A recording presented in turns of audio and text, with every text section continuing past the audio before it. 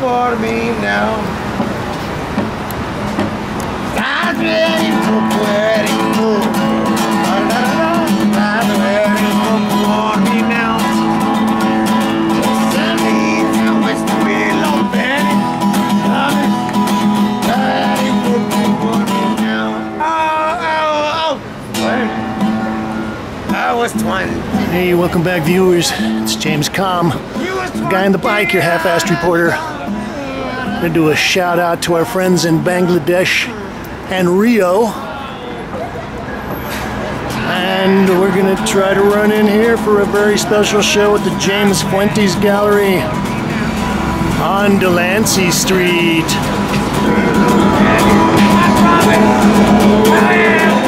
We're going to take a walk around, a walk through of an exhibition by Lonnie Holley titled The Weight of Everything. Well, I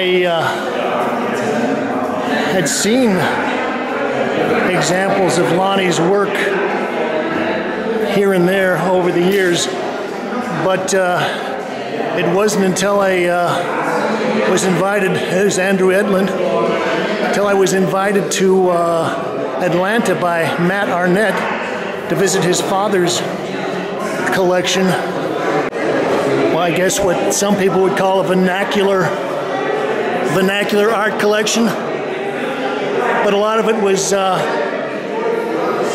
by African American artists in the South that hadn't really been recognized by the commercial art world. Okay, here's my words. Here's Lonnie. I didn't build my words to make you a kingdom or a queen. I took my words and I just scattered them around, and I played like I was a fool all my life until I got into the quicksand field of stupidity. Now look here. This is the quicksand field of stupidity. Quicksand. With all of these other kind of greasy, grimy, debris-fied material. And there I am down in it.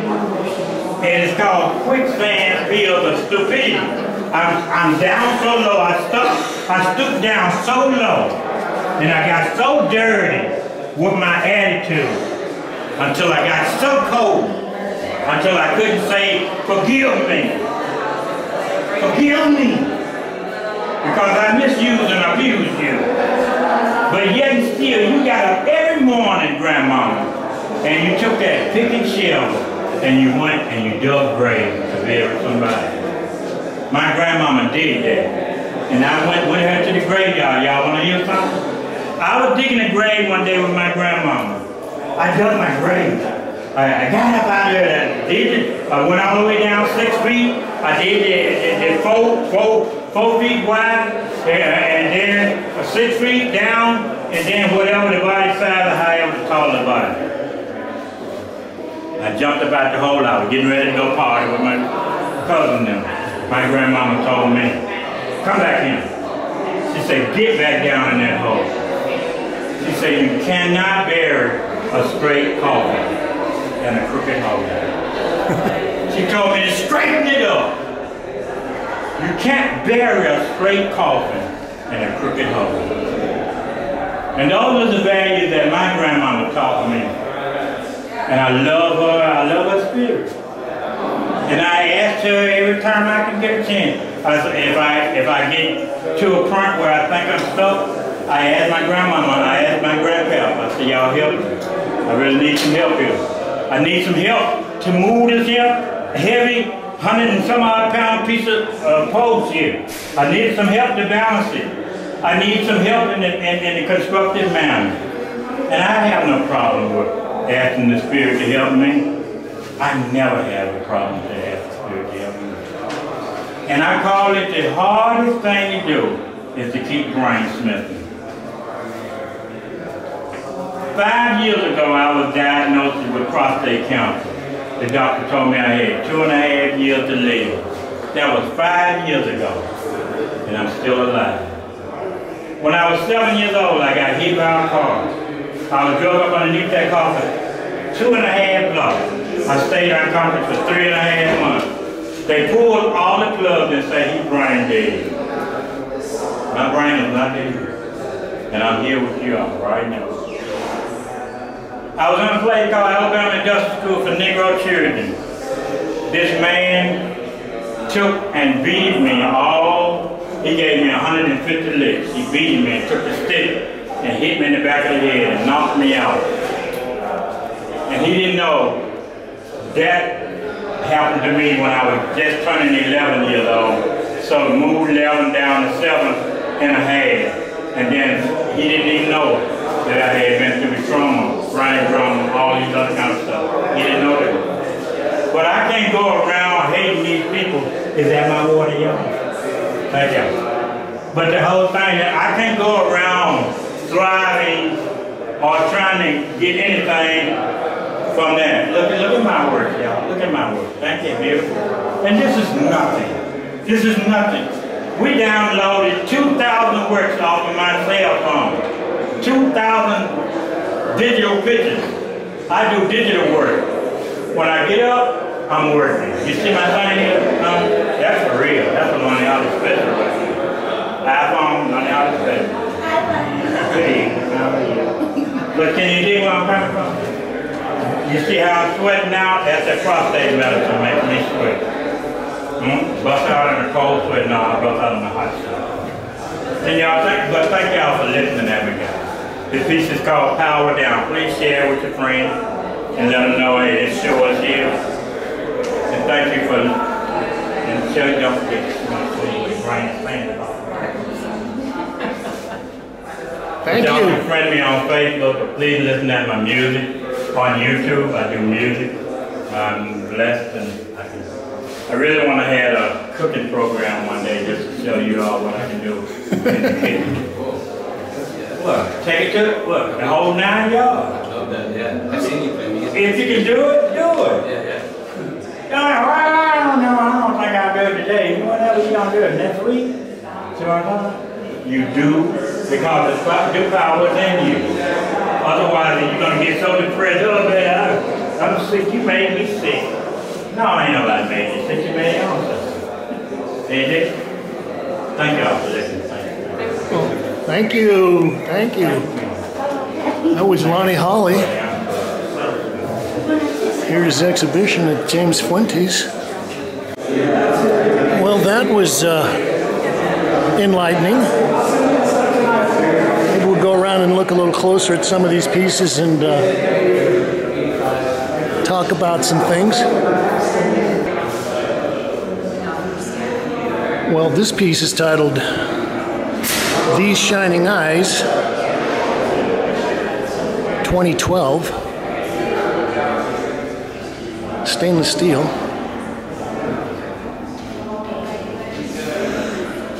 So I don't know, I think it looks like he's got 1/16 of an inch, maybe 1/8 of an inch sheets that he's cut.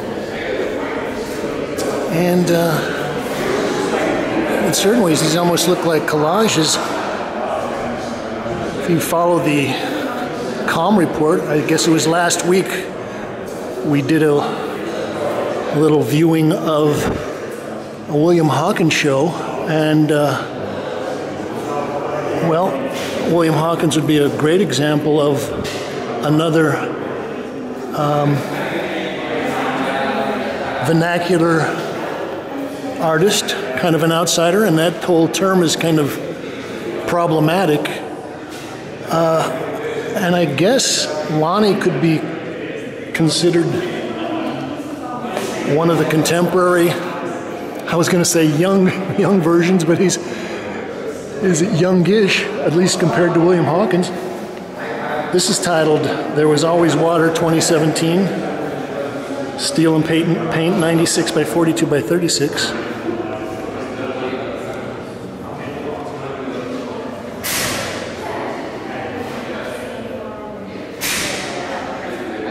It's titled From the Roots I Am,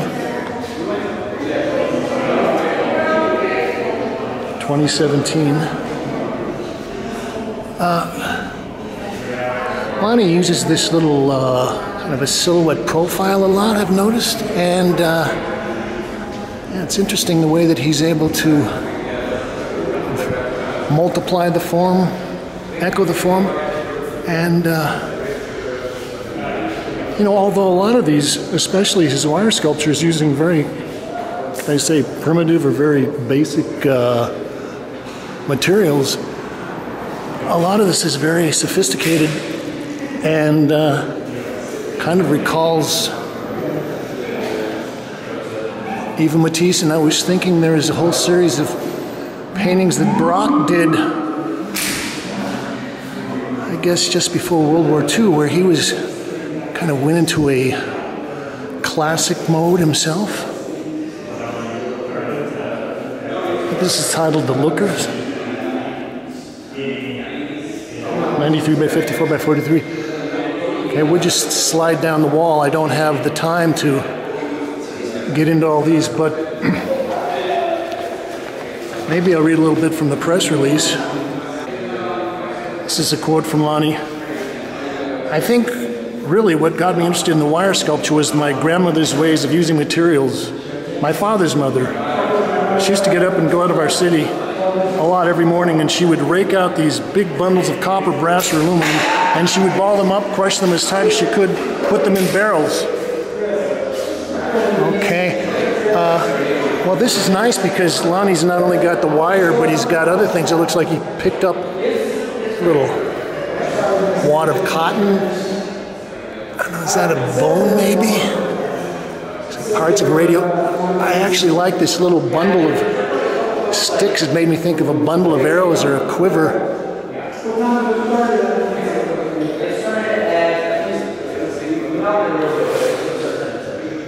Then she would recycle materials to a junkyard, so one day I just took a bundle of this wire out of her trash container and I started unweaving it, and I kept unwinding it, and it ended up straightening it out, and I made this beautiful butterfly. Okay, I guess that kind of looks like a schooner, a sailboat, and well, this is the kind of work that I initially saw Lonnie doing. Sculptural things made out of found objects. And well, this, I guess, is what the Surrealists had something about this art trouvé, something found art, as opposed to Marcel Duchamp's version of ready-made art.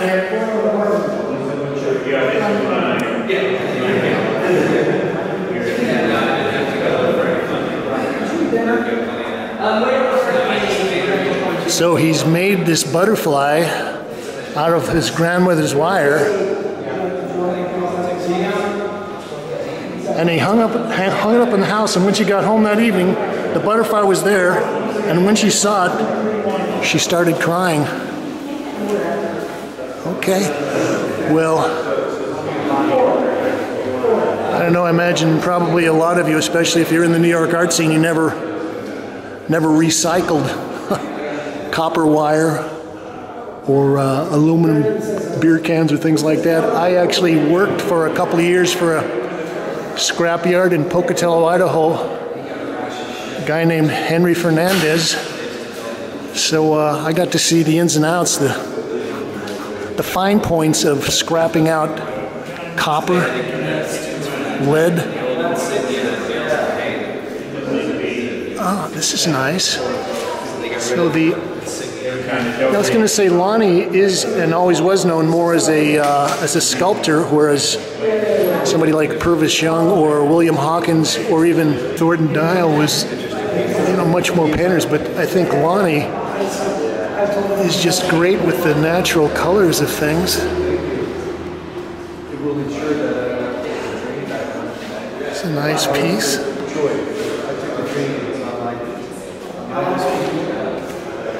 Congratulations. Thank you very much. Show looks good. I see that you are looking close and surfing the material.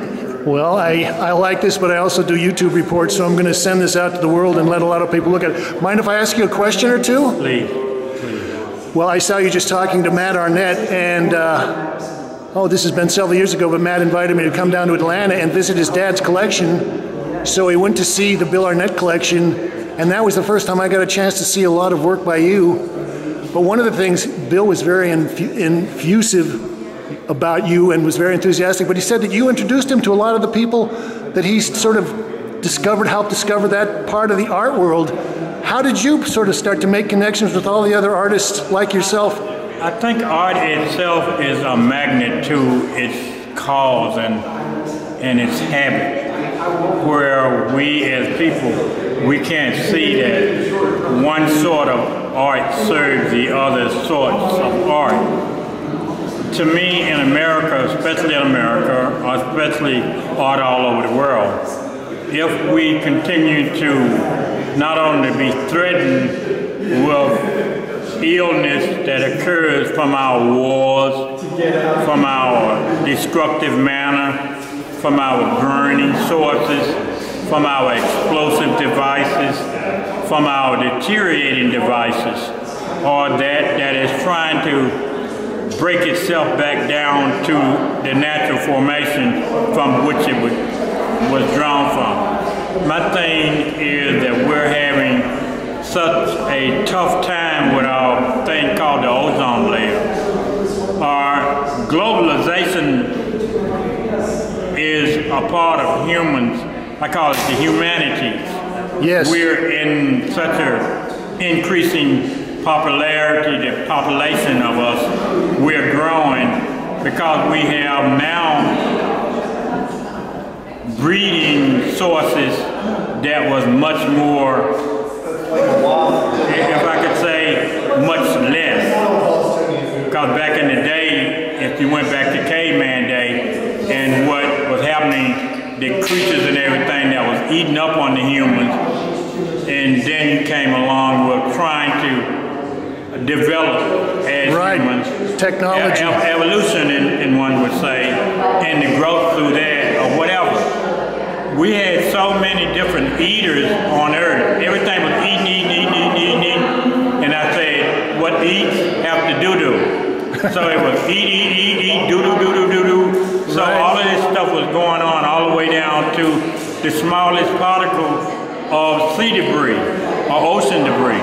There is something that is going to get on that and try to eat whatever that is possible for it to eat. So now, if we are flushing off much more than ever before, debris, and this debris has got to be tried to be examined by some source or another. What we as humans have done, we always bury. We bury what we call the dead, or that was dead to our brains and we no longer needed it. So now our burial sources has grown into big, huge mountains of landfill. One of the worst things that we could have done in here. So you asked me about meeting other artists that was similar, working in the type of materials that I work with. And we promising each other before our death what we would try to do for Mother Earth and how we would try to bring the respect to our universal exploration and travels. Then that's what I was doing, and when I met those humans, and they saw that this man is representing nothing but the truth, so help him, whoever, kind spirit, great spirit, God, mother this, mother that, queens, kings, whoever their servants and representatives are. So this is a powerful show, but most of the things that's on the wall, you were studying them when I walked up. This is one of the most important pieces right here. Is that we gotta create ships. Okay. And all of those ships, all the way down to boats and canoes, if you look at the material that's in here, all the way down to drifting material. Anything that drifts could be ground up. It could be chopped up.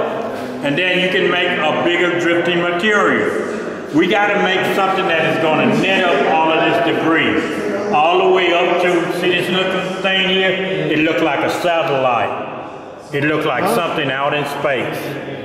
You see? I tried to show this true, but you know what that is? That's the inside of one of those big old street light bulbs. That's what that is. That's the inside of one of those big street light bulbs. And you remember this song called This Little Light of Mine? I'm gonna let it shine. I'm gonna let it shine. Let it shine. Yeah. Let it shine. Okay. That means this little life of mine, I'm gonna work it now. Work it now. Work it now. You see what I'm saying? Yes, I do. Work it until death. Okay. Whether it's cutting away on the steel or remembering. I like this piece too. This is a beautiful piece. Yeah, I like it. I especially love the bundle of these reeds here. The way you wrap those up. Bundles of stuff like that. Reed, they call it. You remember the reed boat? Yes. Now, look at all of this paper they call themselves threading up. Again, look at all of this hair. I ain't trying to be green that right there beside. She did that, huh? Right. But as far as the character of that, look, this is cotton from the cotton field. That's what I thought. Cotton from the cotton field. This right here, you remember the pig iron? My grandpa used to work at Sloss Furnace in Birmingham, Alabama. Is that a job bonus? No, this is a pig iron. Oh, pig iron. It's a pig iron after they taken molted iron. Right. Okay. And they was turning it in, and then this here would lead to different places of pig iron, and then they sent it on out and molted into steel. This is aluminum. All of this here, I did a thing called a Y wall. This was an earlier formation of a sculpture that I did. This is a root of a cotton stalk. That's the root of a cotton stalk. But it looked like a baby. See the head of the baby? And the baby hand was reaching out. Sometimes even the root would tell you the truth. I was showing the children how to make a paintbrush with that. You see it? Yes. And this right here is off of an old metal, when they call it metal shaving. This, you remember the fuses that when they used to light up all them old radios and TV? Yes, I do. This is one of those old fuses. I just busted open because I'm inquisitive. I wanted to know. Now I heard you got a lot of brothers and sisters. How many kids are in the family? My mother had 27 children out of her 32 pregnancies. Wow. And I'm the 7th of her 32, out of her 32, but she had 27 live births. Well, I had some relatives that had 9 kids, and they always said, "Gee, at least you could field the baseball team." But you had 2 baseball teams and some for the dugout, yeah. Yeah, but my thing is I appreciate my mama labor. I appreciate my mama labor so much until if you look at all my work, it's got a little bit of what she had to go through as a mother, having to go through that type of brain pain. The brain could be in pain too. Sure. But what comforts us is having something to keep us content, or we keep focused on working. I got one other question to ask you, Lonnie. Yes. you've probably been categorized as an outsider artist. I don't know whether that's true or not. Does those kind of labels or anything, does that matter to you? Does that being called an outsider? It used to hurt me till I cried. But then I am so glad now to understand why I'm considered to be an outsider artist. Most churches wouldn't even have put this exhibit in their churches. They call it nasty, dirty, and debris-fried material. They wouldn't hang it on their wall. Most homes wouldn't have none of my work hanging in it. Most buildings, unless we digitalify it and make pictures of it, they wouldn't even hang it in there. Or put it in a plastic box or something to they would not do keep that. It safe. Even, I don't care how much truth was in something. Sometimes pretty, we can be, I did a piece of art called Pretty to Death. You'll be so pretty until you'll die pretty.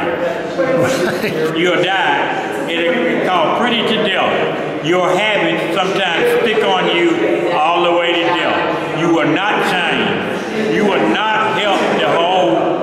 You won't help the whole. How many hurricanes come along, it won't even affect you. He said, I don't have nothing to do with that. That ain't none of my business. And you'll turn away. But all of that debris and everything, how many billions of life forms that those four, right now it's been 4 hurricanes. How many billions of life forms have had those things messed up?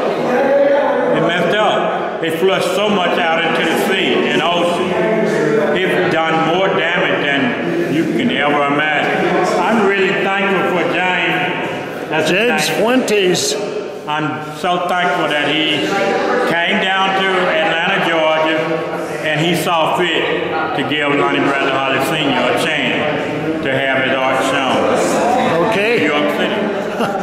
I'm lucky to have a chance to get to talk to you and get to see the show myself. I've enjoyed your work for years. And I hope that at some point you find out from Bill what is the piece at the United Nations where you can go and film that. Okay, that sounds good. What's been there all the time. All right, Lonnie. Lonnie, thank you. Thumbs up from Mother Universe. I'll shake when I turn off the camera. Right. Thank you, Lonnie. Well, they're giving us the message that it's time to go. As always, you can leave your critiques, comments, your thoughts, suggestions. And let's thank Lonnie Holley for his wonderful show. And as always, join me, folks. Thank you, Kate.